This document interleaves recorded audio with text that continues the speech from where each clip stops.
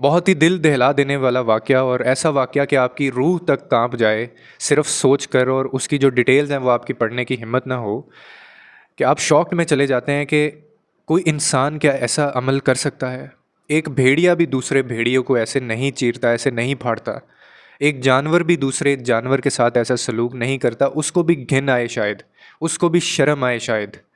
लेकिन इन इंसानों को शर्म नहीं आई और absolutely this is total decline of humanity. ये वाक़या पेश आता है कलकत्ता के एक हॉस्पिटल में, जहाँ पे डॉक्टर मोमिता के साथ ये कुछ होता है, जो कि 36 घंटे की अपनी ड्यूटी करने के बाद आराम करने के लिए एक वार्डन हॉल जो है वो सेमिनार हॉल में जाती हैं।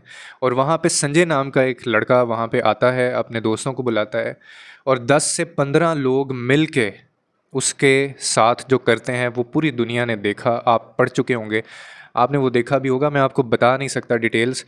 आप पढ़ सकते हैं लेकिन मेरे अंदर इतनी हिम्मत नहीं है कि मैं आपको बता सकूं। लेकिन आप यकीन करें कि मैं इतना डिस्टर्ब हूं इस वाक़ये की वजह से, हालांकि ये पाकिस्तान में नहीं, ये इंडिया में हुआ है और महफूज यहाँ पे भी हमारी माएँ बहनें नहीं हैं। कि मैं ये सोचता हूँ, जब अपनी माँ बेटी बहन को जब मैं देखता हूँ तो मैं सोचता हूँ कि किस तरह के गले सड़े गंदे मुआशरे के अंदर हम रह रहे हैं। हम किन हैवानों, जानवरों, दरिंदों के बीच रह रहे हैं। आपको कैसा महसूस होगा कि आपके किसी माँ बहन बेटी या आपसे किसी ऐसे जुड़े शख्स की आपको डेड बॉडी मिले और इस हालत में मिले कि वो टांगे ऑपोजिट साइड के अंदर हों, उसके जिस्म की कोई भी एक हड्डी जो जुड़ी हुई ना हो, उसके गले के ऊपर निशान हो और उसकी आंखों में वो लड़की ग्लासेस लगाती हो और उसकी आंखों के अंदर जो ग्लासेस के जो शीशे हैं उसके टुकड़े हैं, आंखों में से खून निकल रहा हो। ये कौन से जानवर बनते जा रहे हैं हम लोग? हम कौन सी दुनिया में रह रहे हैं? 115 काटने के निशान उसके जिस्म के ऊपर, 115 bite marks on her body and 150 milligram semen in her body found in her private part. ये करते हुए कोई कैसे ऐसा कर सकता है? मैं सोच भी रहा हूँ ना इस चीज़ को तो बिलीव मी मेरे रोंगटे खड़े हो रहे हैं। क्या फ्रस्ट्रेशन होती है, क्या हवस होती है। हमने औरत के जिस्म को, औरत को हमने क्या बना दिया हुआ है। बिलीव मी, हम लोग अपने जो बेसिक ह्यूमन क्राइटेरिया है ना, हम उससे भी गिर गए हैं। एक जानवर भी किसी जानवर के साथ ऐसा सलूक ना करे।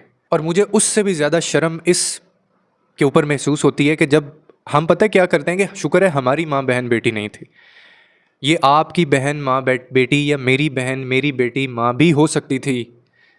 ये हम क्यों ये चीज़ें नहीं समझते हैं?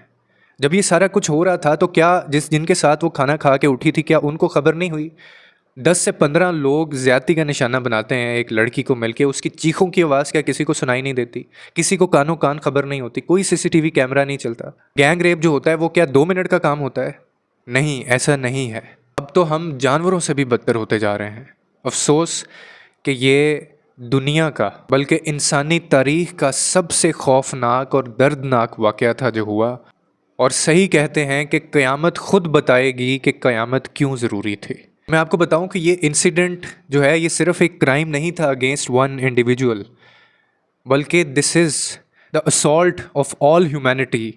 और ये सिर्फ किसी एक डॉक्टर की फ़ाइट नहीं थी, बल्कि ये जितनी डॉक्टर कम्युनिटी है इंडिया के अंदर तो सारे निकले हैं बाहर, एहतजाज हो रहा है, प्रोटेस्ट हो रहे हैं। लेकिन ये हम तमाम लोगों की फ़ाइट है। और अगर हम कुछ नहीं कर सकते तो कम से कम हम इसके ख़िलाफ़ आवाज़ तो उठा सकते हैं। और इस उम्मीद के साथ कि जस्टिस जो है वो उसकी फैमिली को मिले और ये जो लोग भी इसके कल्प्रिट थे, इनको सज़ाए मौत नहीं, इनको सज़ा नहीं, इनको जेल नहीं, इनको उल्टे लटका के इनके सर इनके धड़ से अलग कर देने चाहिए। और इनको एग्जाम्पल बना दें आप बाकी लोगों के लिए कि किसी की कभी हिम्मत भी ना हो कि वो किसी के बारे में ऐसा सोचे। जब तक हम इनको इतने ही ब्रूटल तरीके से सज़ाएं नहीं देंगे, this want stop. Who nose कि अगला बंदा जो है वो अगला निशाना कौन होगा।